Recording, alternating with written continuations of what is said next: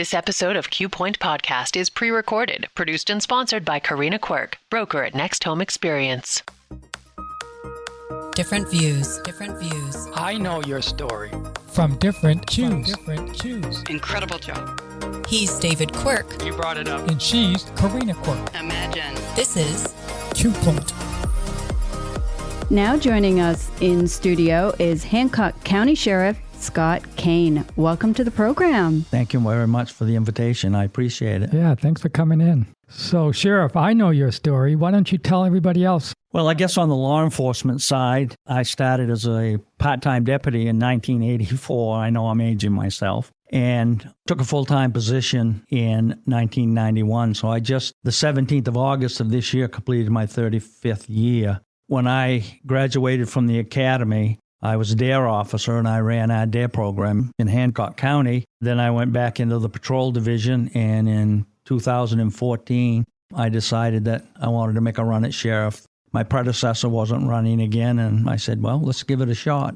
Fortunately, some days I feel like I was fortunate that I took office in 2015 and have been there as sheriff. This is finishing my 11th year. What's the single biggest public safety challenge in Hancock County right now? I think it's the same thing that statewide is the drug problem. The drugs that are on the street and the amount of people that have an addiction and the amount of people that are selling and distributing those drugs, people are dying, plain and simple. It's something that we shouldn't have to deal with, but unfortunately we do. And not only is it a danger to the person using the drugs, but it's also dangerous for the officers when they deal with some of the people that are using the drugs. In Hancock County, you got a long coastline, which obviously drugs could come in from boats. That'd be almost impossible to try to stop. It could come in by boats, and I remember the days when smuggling marijuana was a big thing, and we had a couple incidents where we were able to interact with that and take care of that. But the heroin, the fentanyl, the cocaine, the crack cocaine that's coming in from out of state, most of it is coming in from the New England, New York, Connecticut, those areas. And unfortunately, we have a population that has an appetite for that. Now, do you go to Augusta to testify on these bills that are put forth to decriminalize our laws? We do. The Maine Sheriff's Association that I'm a member of, the sheriffs have made a pledge that they would have a sheriff in under the dome every session so that we get a pulse on what was going on so we can share our opinions and thoughts. I've been down many times to testify, as have all the sheriffs. It's a commitment that we've made, and the squeaky wheel gets the grease. I guess that's the way that goes. And we're well received most of the time down there. We do have certain topics that are very near and dear to us, and we do get there. So, Sheriff, let me ask you this. What do you think of cashless bail?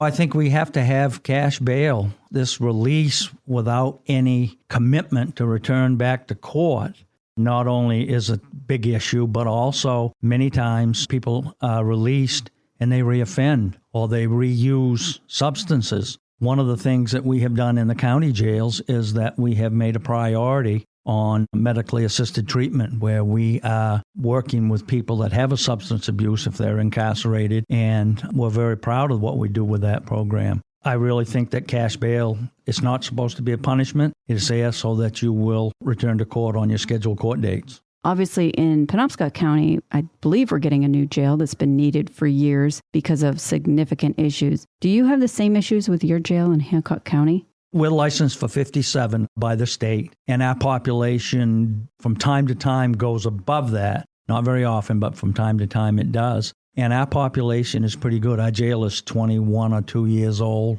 and it is still in pretty good shape. They're expensive. I don't envy Sheriff Morton trying to get a new jail built up here. I had never been through the Penobscot County Jail, but we had a Maine Sheriff's Association meeting there, and he took us on a tour. And I thought, wow, this is tough. Yeah, this is a tough environment to work in. It was reported that last month in August was, I think, one of the highest tourism number that we've had visit Acadia. What strains are you seeing on the patrols? The traffic situations, I think a lot of the sheriffs will say the same thing that I would, is that one of our biggest complaints are speeding, erratic driving, those types of situations. And the more people you put on the road, the more issues and problems you're going to have with that. And Route 3 is a nightmare sometimes. There are just so many people trying to go to the island. And that's great. There's businesses down there that can use the business, and it's difficult sometimes for an emergency vehicle to get through, to go to an accident, to go to someone that has an injury or someone that needs an ambulance. It's really tough. Do you come to Ellsworth or go to Deer Isle going down Route 15? Yes. You do? Yep. Good decision, because 1A is like a racetrack. It really is. And there's a lot of traffic. And it doesn't matter whether it's Friday afternoon or Sunday afternoon when people are going back and forth. It's the commuter traffic is crazy up there. And like you said, it's great for businesses. That's fantastic. So now we have them coming in. We just need to figure out how to lessen the traffic a little bit. Yeah. And for the safety of trying to get an ambulance through, and how is a fire truck going to get through? No way. The day that I was talking about, when it was backed up in both directions in 2 lanes, no way you could have got an emergency vehicle through there. You couldn't. And you also cover a few different islands, right?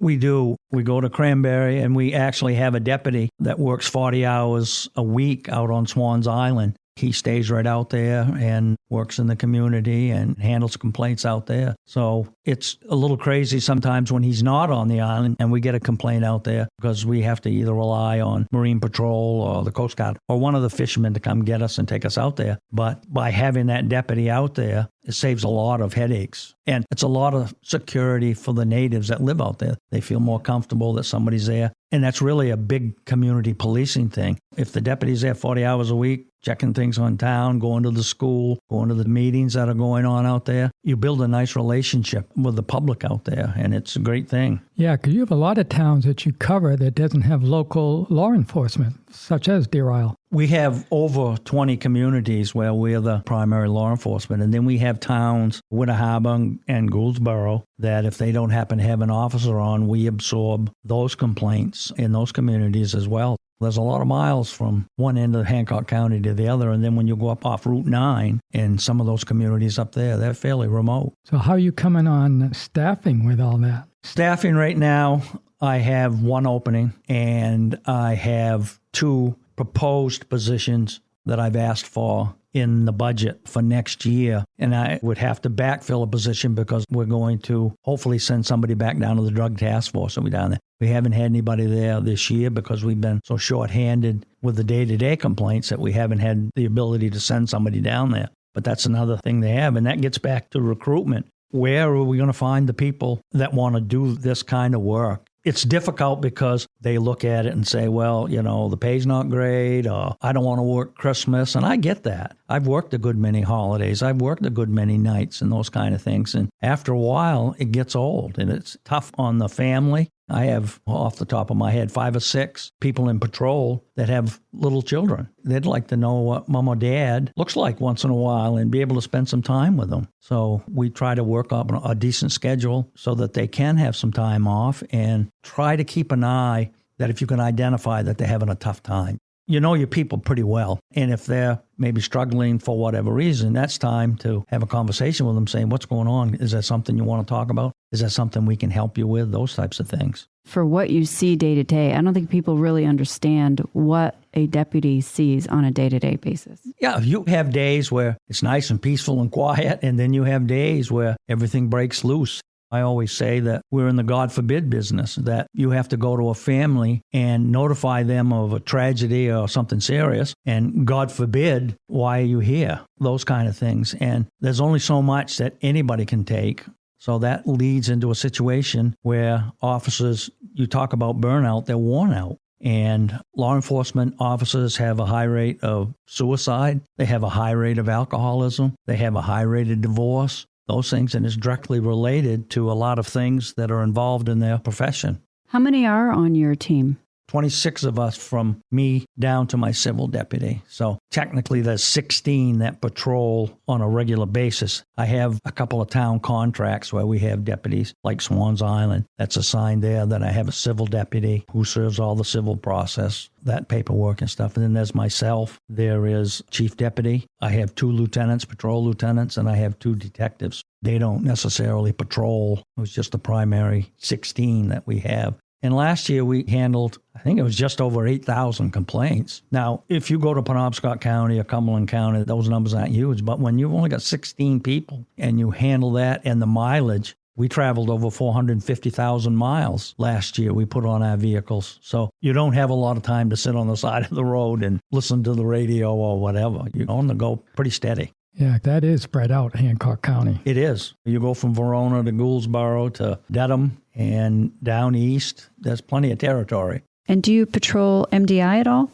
We don't have a presence per se on Mount Desert Island like we used to. We had a town contract with Tremont for many, many years where they contracted for so many hours of specialized patrol a week. And last year they voted to go with Southwest Harbor. Southwest Harbor gave them a proposal, and they took that proposal because Southwest Harbor is a bordering town, and their response time many times would be quicker than we are. I was disappointed to lose it because we've had a great connection with Tremont and a great group of people that live down there. But realistically, if you look at it, if it's a bordering town, it's easier. So we really don't have any. Bar Harbor, Southwest, and Northeast, they have their own police department. Yeah, it makes perfect sense for them to contract with them. Yeah, it does. As much as I hated to see it go away, it makes sense. You are listening to Q Point Podcast. I'm Corenna Quirk, co-hosting with my husband, David Quirk, and we are having a conversation with Hancock County Sheriff Scott Kane. There was a report that you had requested a second K-9 and it was declined. What happened there? We started a K-9 program really shortly after I became sheriff. And it was just by accident. I was speaking to a group of town officials in Southwest Harbor, and they asked me, being the new sheriff, what are your priorities? And I said, I really believe we needed a K-9 for drug interdiction and all of those things. And the question always comes up, well, why don't you have one? And dollars and cents, plain and simple. It's not cheap to have a K-9. And I'll be a son of a gun. Somebody saw that article in the paper summarizing that meeting and got a phone call from a gentleman down on the island. And they said, how much money do you need? And we gave him a figure. This gentleman showed up in my office several days after that and put the money on my desk and said, there's your dog. And we've gone from there. So with one dog is a specialty dog. He's a patrol dog. He is a tracking dog, and he's also certified in drugs. So he's good. But the problem is he's 9 years old. So at the end of this year, we'll retire him. Fortunately, at one point, we had a hire that already had a K-9, all trained, and the deputy came with that dog. So for a period of time, we've had two, which is a luxury because the two K-9 officers were working opposite shifts. One was working night while the other was day. But that officer moved down to central Maine for his family. His family was closer. He didn't have a lot of family members in Hancock County, so he and his wife and the pup went down to Winthrop. And I requested to backfill that, and I was denied to do that. So at some point, we've got to get a dog to have because Finn, which is our first dog, will be retiring at the end of the year. He's been phenomenal. Sergeant Frost, who is the handler, has done a magnificent job with that dog. He's dedicated to that dog, and they are joined at the hip. He does a heck of a job. Who denied it? The commissioners. And who are the commissioners? The chairman is Commissioner Clark. Then there's Commissioner Wambacher, and at the time, it was Commissioner Parity. And I had some support on the board, but for whatever reason, it was cited that it's too expensive. You don't need two dogs. One of the commissioners was able to either persuade, or whatever term you want to use, that other vote so that I didn't have those two votes that I needed. So we're going to be in a difficult situation. So knowing that there's 0 dogs, do you think they would change their mind? I don't know. We've put in for that second dog in my proposed budget for next year. So it's up to the budget committee. And last year, the budget committee approved a second dog, and it was in the budget, but they wouldn't let me hire. So commissioners have the authority to hire and fire. I don't. I can hire someone technically, but until they're approved by the commissioners, either to be terminated or to be hired, I'm between a proverbial rock and a hard place. But there was a citizen that gave you the amount of money needed for the second dog? There was. They gave us a fair amount of money. That gentleman did and his friends. And we still have some money in a reserve. And I've had citizens come to me, send me emails or call me and said, listen, if you're going to get another dog, you let me know. We'll help you find the money. So I don't think it'll be a problem funding it that way. But then going forward, you have to pay the handler. They get a stipend for taking care of the dog on days they're not working, vet bills, food, all those kind of training. They do a lot of training, and they travel around the state for that training. Wow, interesting. We'll have to stay tuned. Yes, please do. Well, speaking of budgets, Do all of your officers have the body-worn cameras and then the car cameras? Because we were informed that that may not be the case. We've never had body cameras. We've had cameras in the cars, but the technology has changed so much, just like your computer at home. You buy one today and it seems like 2 weeks later it's outdated. So a lot of ours are not functioning the way they should, and we can't get parts for them because the manufacturers don't stand behind them anymore. They're not manufacturing spare parts and that. We'd like to replace all of the cameras that we have in the cars, and the emergency management director applied for a federal grant and got the grant last year, but it was never signed by the president. He applied again, and he's also been awarded that grant again this year, just waiting. It's been approved by the Senate, my understanding, and it's just waiting for a signature to release that money. But in the interim, the commissioners have agreed that they will finance new cameras and add the body cameras. I think they've seen the good part about those. I think we're all going to have to worry about, at the beginning, saying something stupid. You know what I mean? It's pretty easy to say something that maybe you're talking to yourself or whatever, and the body cameras will capture that. And that's all stuff that's discoverable. So you're going to have to just be careful what you say. But to have that when you're interviewing someone, if you have that when it comes to that personnel complaint that comes to me, I can go back and look at that and listen to that and say, well, what you're telling me is not what I have on video or what I have recorded. So that's the way it is. And then if there's a shooting or anything that can happen while you're out there, it's good backup evidence. Absolutely. I've been sheriff for finishing my 11th year, and unfortunately I've had 3 deadly force situations with my deputies, and the last one was in a situation where the deputy, his car was positioned well enough that most of the interaction was recorded on his mic and recorded on that. It was a situation where he absolutely was justified in using deadly force, but you always are going to have people that are not a fan of law enforcement are going to say, oh, yeah, you covered it up and cops get away with anything or not. I mean, this was a classic situation where there it is. We didn't reenact this. This is what happened. So you said that they have approved the financing for this. So either way, you're going to get it. Yes, whether or not the county's going to pay for them or whether that grant is going to come through. And as I say, that grant is supposed to have cameras and body cameras for all law enforcement in the county, which is wonderful. That's good. I would think that people in the community would want to make sure that their law enforcement has all the tools they need. It's just surprising that there are a few people out there that don't see it that way. Yeah, and I know it's expensive. To outfit an officer is crazy. Not counting the vehicle you put them in, but a bulletproof vest is $900 to $1,000. A firearm, a pistol, is $500 or $600. Handcuffs, gun belts, uniforms are crazy. The price of uniforms, it's an expense to put somebody on the road. But we do pretty well. We were fortunate that we were able to get some items utilizing the ARPA funds that came out. We were able to purchase new tasers. We were able to get a few other things. We got some new cruisers to bring our fleet back up to where it should be. And in this budget, we have asked for money to buy AEDs so that all the cruisers will have those in there in case of an emergency. So we'll see what the budget committee and what the commissioners do with that request. But it's expensive. Those cameras, gracious, they're thousands of dollars. I've got to have 16 of them. I'd like to have more than that because I'd like to have them in the supervisors' vehicles too, but we got to walk before we run, I guess the best way I can put it.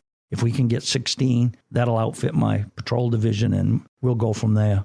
Obviously, over the last couple of years, we've had some serious storms, and I've been caught trying to get over the bridge when the causeway has been shut down. So you must have some emergency staffing, I would have to guess, or something to go to either islands or causeways or bridges that are just being overflown? We've had to do that, and really all we do is traffic control. If they say we need the bridge shut down, we shut the bridge down on either end, those types of things. But we work very closely with Marine Patrol, the Warden Service, with the Coast Guard. If they need help, certainly we'll help them in a heartbeat because they'll turn around and do the same thing for us. If we're working, say, Deer Isle, Stonington area, it's not the end of the earth, but it's the end of the county. If we've got an officer down there needs help, Marine Patrol would have an officer around, and they've personally backed me up many times down there. And you get a relationship with the other departments, and you got to have that, because I can't have 4 people working in Deer Isle, Stonington area. I have 1. When I worked that area, I was 1 deputy in 7 or 8 towns, whatever it was. So you just run back and forth, and that's just the way it is. You have so many people and so many hours in the day to take care of things.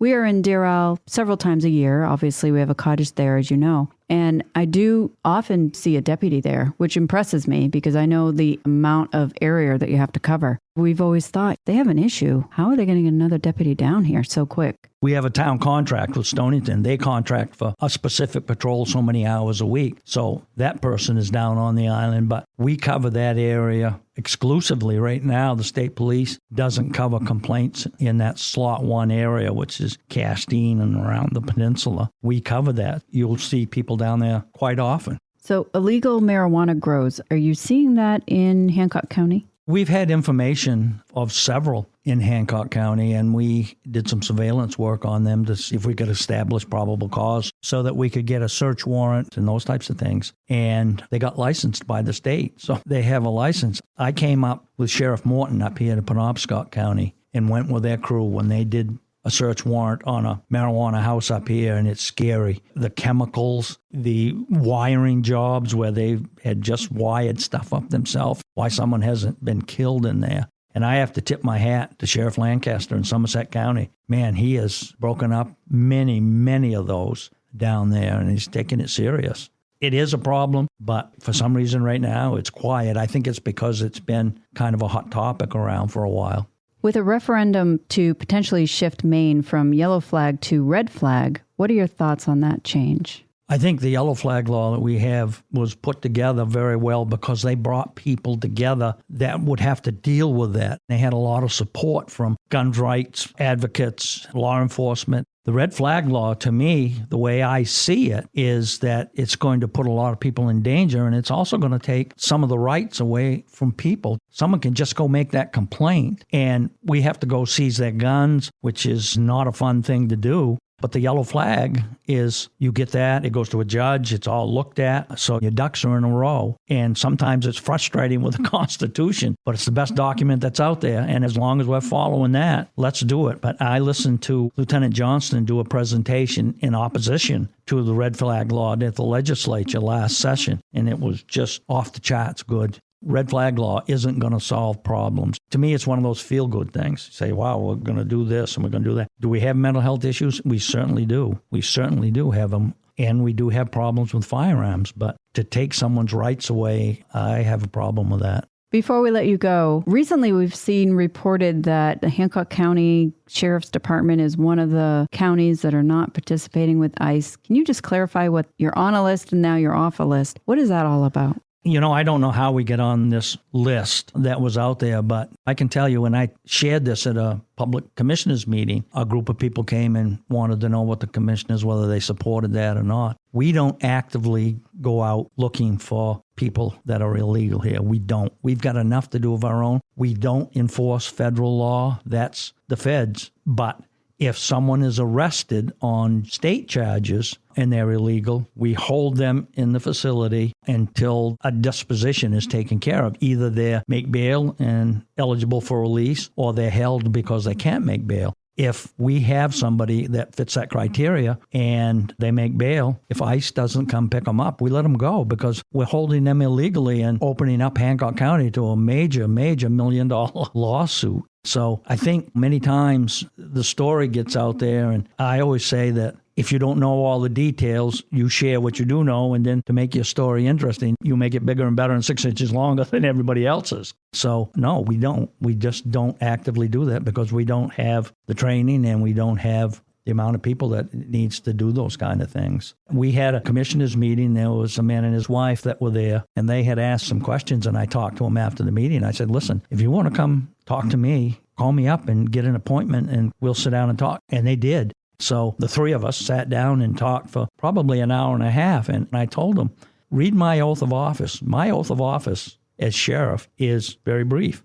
that you'll support the Constitution of the United States and you'll support the Constitution of the state of Maine. There it is, plain and simple. If it's a federal law that you have to go a process to either be in the country or be a citizen, then you need to do that. But we don't actively enforce those laws. And we're transparent. We've got nothing to hide. With some of the things across the country where, look at California, where they've passed this feel-good bill where ICE officers can't wear masks. Well, they can't tell the feds what they wear for uniforms and those types of things. That's just balloon juice to get out there to be against law enforcement. It's dangerous work, and we see where families are terrorized. I mean, look at the situation with Charlie Kirk. There it is in black and white. There's too much of that going on, and where it came from, I don't know. I don't know where it came from, and I don't know the solution to all of it, but I think everybody needs to back up, take a deep breath, and say, okay, I don't agree with you. Let's figure this thing out. Let's talk this thing out, but it's not happening. How do people get a hold of you?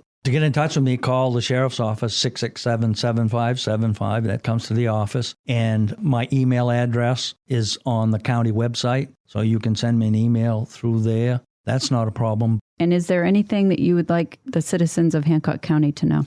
I just have to thank the citizens of Hancock County for supporting us. We've made a lot of changes since I took office in 2015, and we've made those changes to try to benefit the communities, and they've supported us. We just had our ATV ride fundraiser that we use for sheriff's charities, where we buy for children and senior citizens for Christmas and those types of things. So we appreciate that greatly. You know, I've been fortunate. I've worked 35 years in Hancock County in law enforcement. I've made some great friends, and I guess I wouldn't change it for the world. Hancock County Sheriff Scott Kane, thank you so much for joining us today. We really appreciate it. Been very enjoyable. Thank you very much. Yes, thank you, and thanks for looking out for us down there in Deer Isle. Appreciate it. Wave when you go by in the boat. I will. You've been listening to Q Point. Follow us at qpointpodcast.com or on your favorite streaming app. This is where you can get the news from the people who make the news. Make sure to join us next time. We hope you tune in. Q Point Podcast invites guests and candidates from all parties to join the conversation. The views, information, opinions, and comments expressed during this program do not necessarily represent those of the host, Q Point Podcast, associates, affiliates, and CQRE LLC. Thanks for being a part of the conversation. Catch every episode at qpointpodcast.com or wherever you stream. Tune in and tell your friends.